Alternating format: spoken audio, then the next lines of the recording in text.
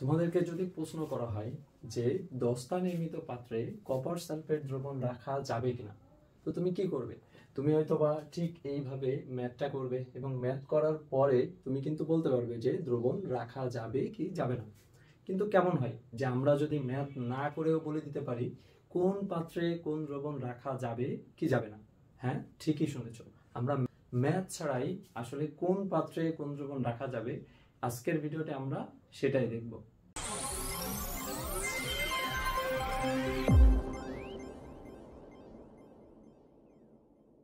আসসালামু আলাইকুম and welcome to my YouTube channel. আমি আমানুল্লাহ। আমি বর্তমানে খুলনা বিশ্ববিদ্যালয়ের কম্পিউটার সায়েন্স অ্যান্ড ইঞ্জিনিয়ারিং ডিসিপ্লিনে অধ্যয়নরত আছি।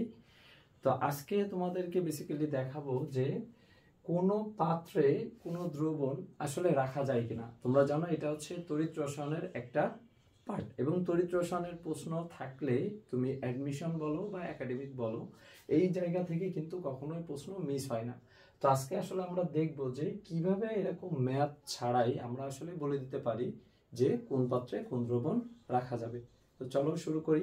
শুরুতে তোমাদের ছোট্ট একটা জিনিস দেখতে হবে। কি জিনিস? দেখো, আমরা একটা পাত্র বিবেচনা করি। ধরো এটা হচ্ছে আমার একটা পাত্র।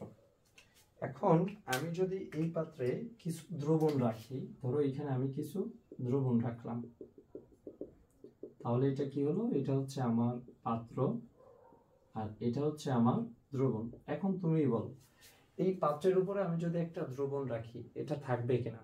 হ্যাঁ, অবশ্যই থাকবে। তাহলে এইভাবে নিচে যদি আমার পাত্র থাকে এবং আমি যদি উপরে দ্রবণ রাখি, তাহলে অবশ্যই এই দ্রবণটা আমার পাত্রে থাকবে।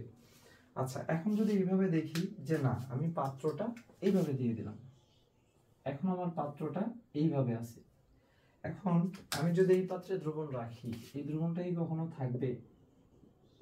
যে আমার এখন পাত্রটা উপরে আছে আর দ্রবণটা নিচে আছে। তাহলে দেখো যে আমি যদি এইরকম ভাবে রাখি যে পাত্রটা উল্টায় দেই, দ্রবণ নিচে নেমে যায়, অবশ্যই দ্রবণটা পড়ে যাবে। তার মানে কি, এই পাত্রে আসলে দ্রবণ রাখা যাবে না, তাই না? তাহলে এই পাত্রে দ্রবণ রাখা যাবে না। তো তোমার জাস্ট এইটুক কনসেপ্ট, এটা কিন্তু আমরা হচ্ছে দৈনন্দিন জীবনে দেখে থাকি যে আসলে এইভাবে কখনো দ্রবণ রাখা যায় না। তো এইটা দ্বারা আসলে আমি কি বোঝাচ্ছি দেখো, আমি ধরো তুমি জিঙ্কের পাত্রে ম্যাগনেসিয়াম রাখতে চাচ্ছ, তাহলে দেখো তোমার পাত্র নিচে আছে কিনা। পাত্র নিচে আছে এবং দ্রবণ উপরে আছে, তার মানে জিঙ্কের পাত্রে ম্যাগনেসিয়াম রাখা যাবে। ঠিক এটার মতো। এবার যদি আমি বলি যে আয়রনের পাত্রে আমার আসলে নিকেল রাখা যাবে কিনা, তাহলে দেখো আমার পাত্র কিন্তু উপরে চলে গেছে এবং নিকেল এটা হচ্ছে কি দ্রবণটা নিচে চলে আসছে। তাহলে কি পাত্র উপরে দ্রবণ যদি নিচে আসে তাহলে কি রাখা যাবে? রাখা যাবে না। তার মানে কি আয়রনের পাত্রে আসলে নিকেল রাখা যাবে না। তাহলে কিভাবে বুঝলে যে তুমি দেখবা পাত্রটা উপরে আছে কিনা, সক্রিয়তা সিরিজ অনুসারে আমার পাত্রটা উপরে আছে কিনা। মানে কি আমি কিন্তু চাইলে বেরিলিয়ামের পাত্রে ক্যালসিয়াম রাখতে পারবো না। এক কথায় এই বেরিলিয়ামের পাত্রে নিচের কোনোটা আমি রাখতে পারবো না, কারণ পাত্র উপরে আমার দ্রবণটা নিচে। আমি চাইলে ম্যাঙ্গনিজের পাত্রে নিচের কোনো দ্রবণ কিন্তু রাখতে পারবো না, কিন্তু আমি চাইলে অ্যালুমিনিয়ামের পাত্রে উপরে সবগুলাই রাখতে পারবো। অর্থাৎ অ্যালুমিনিয়ামের পাত্রে ম্যাগনেসিয়াম রাখতে পারবো, সোডিয়াম রাখতে পারবো, ক্যালসিয়াম রাখতে পারবো, ইত্যাদি ইত্যাদি।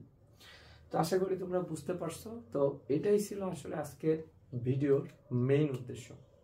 তো আমরা কিন্তু খুব ইজিলি জেনে গেলাম যে কোনো পাত্রে কোনো দ্রবণ রাখা যায় কিনা। এরকম সুন্দর সুন্দর ট্রিক্সের ভিডিও আশা করি তোমাদেরকে উপহার দিব।